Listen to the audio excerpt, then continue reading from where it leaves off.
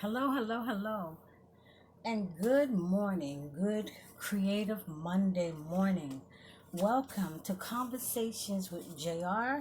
I am here to encourage you to do the best you can to get through this week. Positive vibe, make some goals, keep your head up. I know a lot is happening out there. We're going through a lot as a people in society, but I'm here to tell you today that I am going to encourage you and everyone else out there to hold on to hope. We as a people, a collective group, we must hold on to hope. Not for a day, not for a week, not for a month, and not for a year. We must hold on to hope until change happens. And change will happen. Let me draw your attention to things that's happening around us that is going to help us to make this change happen. Are you paying attention to the collective group of people? I'm not talking about one organization. I am talking about the collective group of people that are out there taking to the streets, marching with a collective voice, one voice. They are out there shouting with one collective voice for change. You need to pay attention to that. Please pay attention to what is happening, and please stop paying attention to what you think is not happening. We must be able to stay focused on what is happening out here. The politicians out here right now want you to believe that the spread of the coronavirus, now remember, I'm no doctor, I'm no scientist, but pay attention to what's going on. They want you to believe that the spread of the coronavirus can be controlled and that it has slowed down and that it is safe, that the world has opened and that it is safe.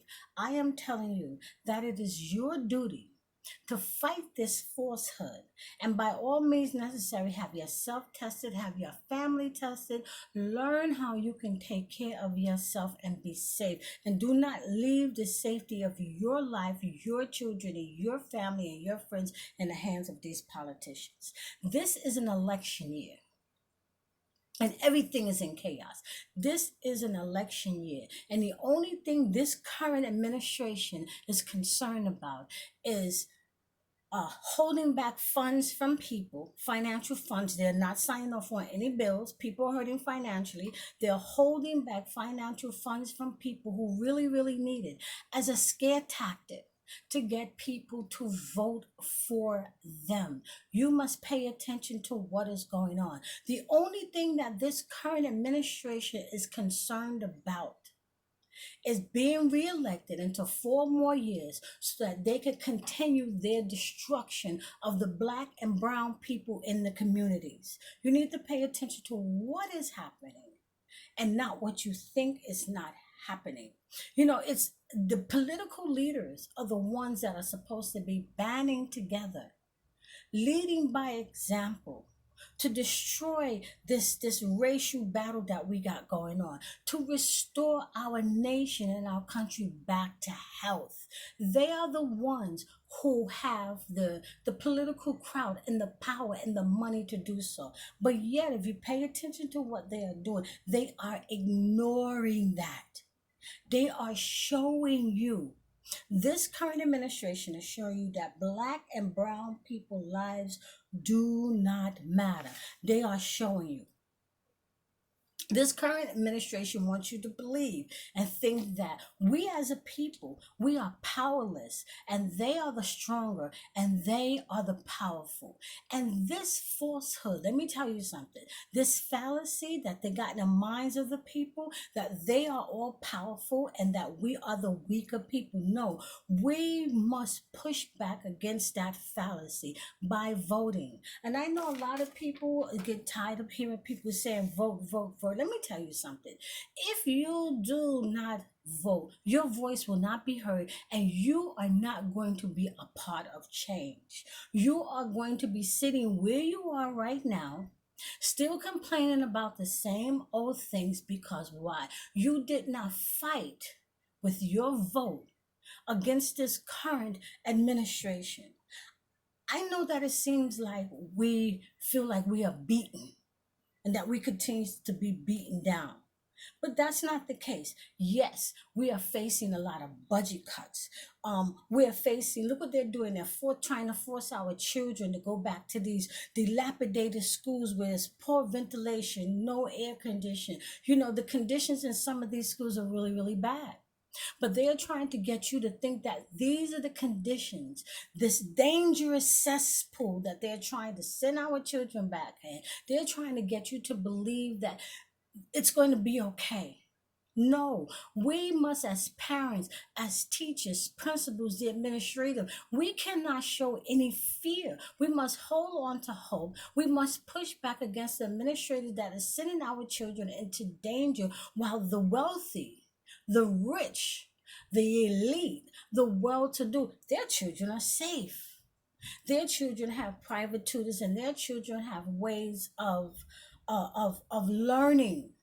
Pay attention to what is happening. We as a community, the Black and the brown community, you have teachers in your community. We must pull together, pull our resources together for our children. Do not allow your child to be sent into that danger zone when you have no idea what it is that's going to happen. We are still facing increased police brutality that does not seem like it is going to end. We are witnessing great loss as a Black and brown community. We are witnessing this year, besides the coronavirus, besides being crippled financially, besides the panic, the fear, the lies, the chaos. You know, a lot of Black communities being forgotten. I was out there. If you look on my Facebook page, I was out there yesterday on a Sunday with my sister in Brooklyn by Broadway Junction, and we was out there feeding the community, giving people clothes, giving people food, letting the community know that you have not been forgotten.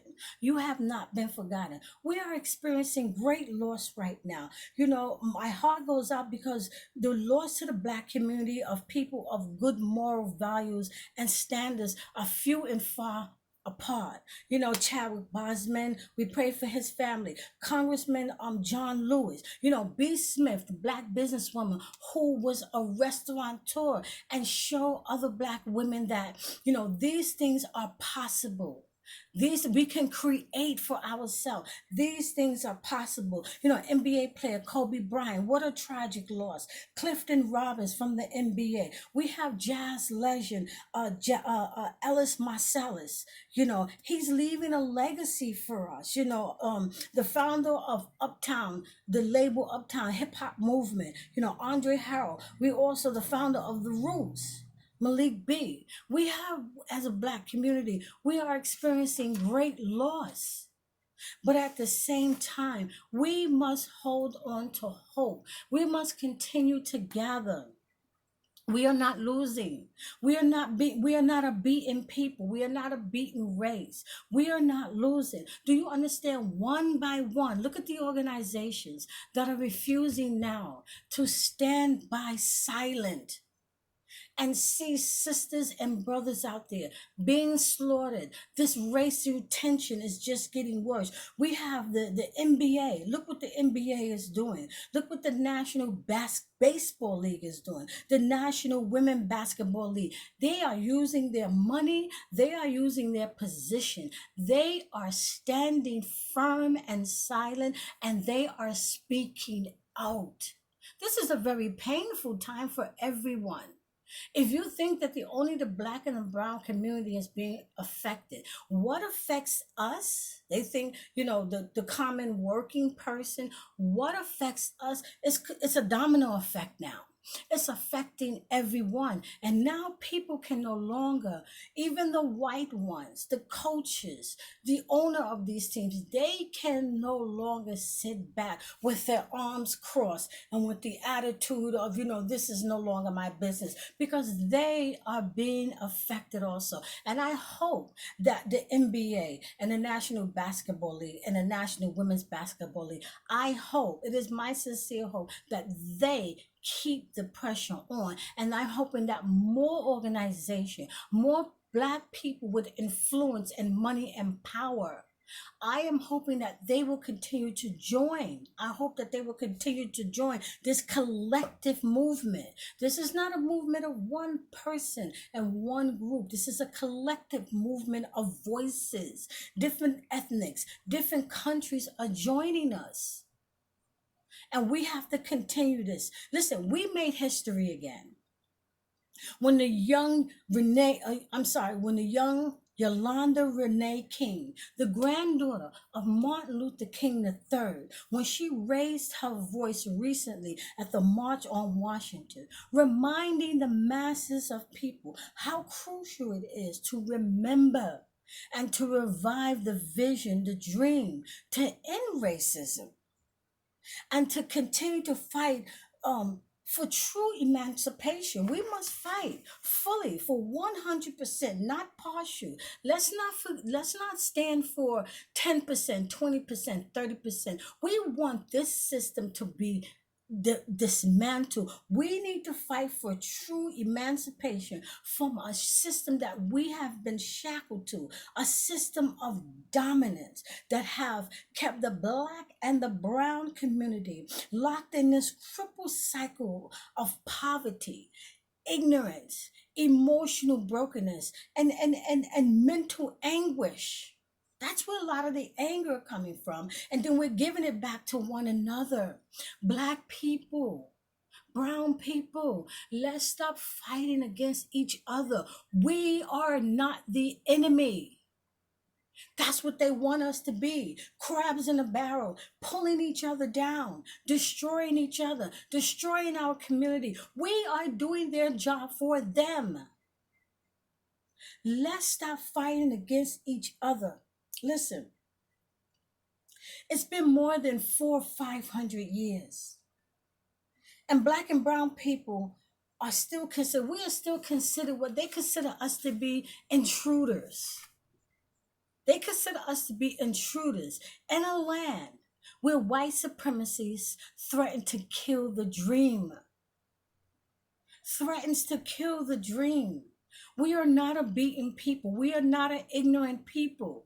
We are a resourceful people. We always have been and always will be. But with all the separatism that we got going on amongst ourselves, we need to stop that. We need to continue to come together collectively. Black and brown people, stop going out there spending your money. You're constantly doing it in these businesses. At a time where we're still losing Black men, still being brutally shot down in the street, worse than animals. And the one thing that you want people to believe that's important is you want to, I'm going to go there. You want to support this rap industry and you walking around here talking about WAP.